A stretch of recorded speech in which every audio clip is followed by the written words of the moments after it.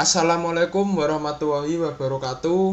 Perkenalkan, nama saya Lisa Fikulbi, NIM G3112100015, akan mempresentasikan ujian akhir semester pengantar Public Relation. Yang pertama, pengertian Public Relation. Definisi Public Relation menurut Onong Ucajana Effendi, hubungan masyarakat atau humas atau public relation merupakan komunikasi dua arah antara organisasi dengan publik secara timbal balik yang mendukung fungsi dan tujuan manajemen dengan meningkatkan pengembangan kolaboratif dan mencapai manfaat bersama.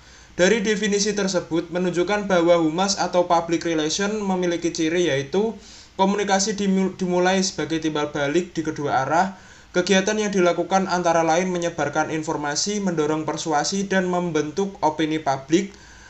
Tujuan yang ingin dicapai yaitu tujuan yang ditetapkan oleh manajemen suatu perusahaan atau organisasi. Audiens sasaran adalah publik internal atau publik di dalam organisasi dan publik eksternal atau khalayak di luar organisasi. Efek yang diharapkan adalah terjalinnya hubungan yang serasi baik atau harmonis antara organisasi dengan publiknya. Yang kedua, publik dalam public relation. Publik dalam public relation menurut Emery Bogardus, publik adalah kumpulan orang-orang yang bersatu dan memiliki pendapat yang sama tentang suatu masalah sosial.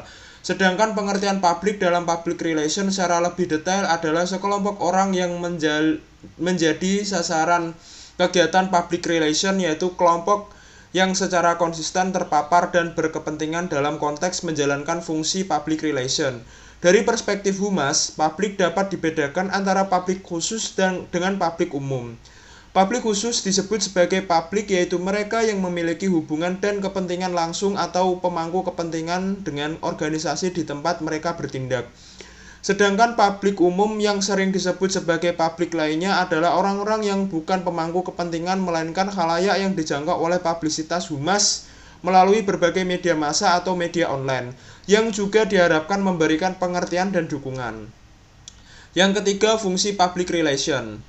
Fungsi public relation sebagai alat manajemen modern secara struktural merupakan bagian dari integral dari lembaga atau organisasi, yang berarti bahwa public relation bukanlah fungsi yang terpisah dari fungsi lembaga atau organisasi. Menurut Onong berpendapat bahwa fungsi public relation mencakup unsur-unsur berikut. 1. Mendukung kegiatan manajemen dalam mencapai tujuan organisasi. 2. Menciptakan komunikasi timbal balik dua arah dengan menyebarkan informasi perusahaan kepada publik dan membentuk opini publik tentang perusahaan. 3. Melayani publik dan memberi nasihat kepada pemimpin organisasi untuk kepentingan publik. 4. Mempromosikan hubungan yang harmonis antara organisasi dan publik baik secara internal maupun secara eksternal. Keempat, perspektif keberadaan public relation dalam perusahaan. Perspektif keberadaan public relation dalam perusahaan menurut Janaid mengartikan public relation menjadi dua, yaitu sebagai state of being dan method of communication. Dalam method of communication, PR dipahami sebagai kegiatan yang melibatkan publik melalui metode komunikasi yang dilakukan oleh siapapun di perusahaan. Sedangkan dalam state of being, PR telah dilembagakan di beberapa bagian dari struktur perusahaan. Berikut beberapa faktor yang mempengaruhi keberadaan PR dalam perusahaan. Yang pertama, besar kecilnya perusahaan. Hal ini termasuk kapasitas sumber daya yang dimiliki oleh perusahaan. Yang kedua, kehendak pemimpin. Beberapa menganggap istilah media relation officer lebih tepat daripada public relation officer jika orang yang ditunjuk dalam petugas humas untuk menangani hubungan dengan media massa. Berikut peran penting public relation dalam organisasi atau perusahaan menurut Letty Moore. Yang pertama, peran public relation sebagai seorang engineer atau teknisi, artinya PR memiliki aspek seni seperti menulis, mengedit, fotografi, memproses komunikasi, membuat acara khusus, dan menghubungi media relation, dan menghubungi media melalui kontak telepon. Yang kedua, peran public relation sebagai manager. Singkatnya, PR berfokus pada kegiatan yang dirancang untuk membantu organisasi mengidentifikasi dan menyelesaikan masalah terkait public relation. Yang kelima, pentingnya public relation dalam opini publik. Pentingnya public relation dalam opini publik Opini publik merupakan sekumpulan pendapat individu tentang sesuatu masalah tertentu yang mempengaruhi sekelompok orang atau masyarakat. Burke dalam bukunya The Press and Society yang dikutip oleh Abdurrahman menuturkan, opini publik merupakan social judgment tentang sesuatu hal yang penting dan berdasarkan pertukaran ide secara sadar dan rasional yang dilakukan oleh individu. Berkaitan dengan pentingnya opini publik dalam public relation, kita perlu mengetahui beberapa hal tentang dampak dan sifatnya, yaitu A. Opini publik dapat memperkuat undang-undang atau peraturan-peraturan tanpa dukungan opini publik. Undang-undang atau peraturan-peraturan tersebut tidak akan berjalan. B. Opini publik adalah pendukung moral dalam masyarakat. C. Opini publik mendukung adanya sistem lembaga sosial. Yang keenam, proses public relation. Proses public relation PR adalah seni dan ilmu dalam menganalisis masalah, memprediksi konsekuensi, mengatur permasalahan, dan mengimplementasikan rencana yang berguna bagi organisasi dan masyarakat umum. Untuk memahami dan menyelesaikan masalah yang ada dalam lingkungan, praktisi PR harus memiliki tahapan dalam melanjutkan tugasnya. Ada empat langkah dan proses yang sering dilakukan PR dalam melaksanakan kegiatannya adalah yang pertama fact finding, planning and programming, communicating, dan terakhir evaluation. Ketujuh, media relation. Media relation dapat diartikan sebagai proses yang melibatkan kerjasama dengan media dan jurnalis untuk menginformasikan publik umum secara kredibel tentang kebijakan, misi, visi, dan praktik organisasi. Hal ini melibatkan koordinasi dengan orang yang tepat untuk menghasilkan liputan berita yang konsisten dan positif. Media relation memiliki tujuan antara lain yang pertama membangun dan memperkuat hubungan baik antara organisasi dan media, memberikan informasi dan memperoleh publikasi, membangun loyalitas audiens dengan menyebarkan informasi dan merekomendasikan produk, menggunakan platform media untuk membentuk opini publik, yang terakhir peningkatan fungsi periklanan di media.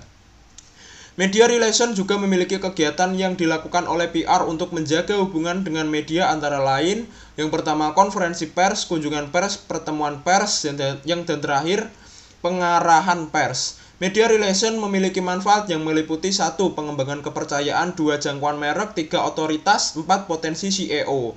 Langkah-langkah strategi dalam kegiatan media relation meliputi identitas kontak, lacak publikasi, kontak, dan jaga agar bahasa Anda tetap jelas dan kata-kata Anda berbeda. Yang ke-8, internal public relation.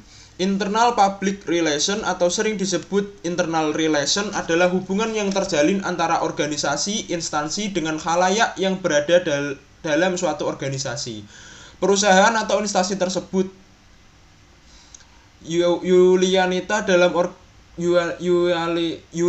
dalam bukunya Public Relation mengemukakan bahwa hubungan yang terbentuk di dalam perusahaan adalah sebagai berikut. Yang pertama, employee relation atau hubungan dengan para pegawai. Kedua, manager relation atau hubungan dengan para manajer.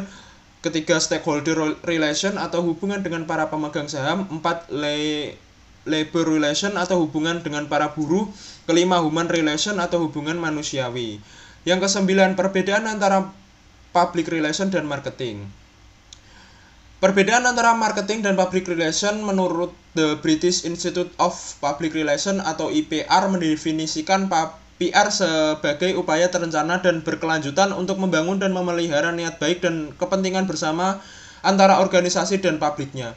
Pengertian marketing atau pemasaran adalah tindakan atau kegiatan mempromosikan dan menjual produk atau termasuk jasa periklanan dan riset pasar. Singkatnya, di antara penjelasan tersebut terdapat perbedaan utama, yaitu perhatian untuk menjaga dan menciptakan reputasi positif bagi perusahaan secara keseluruhan dan pemasaran untuk mempromosikan dan menjual produk tertentu. Perbandingannya di antara lain, yang pertama fungsi, kedua target audiens, ketiga metrik, dan keempat pesan legitimasi. Yang terakhir digital public relation.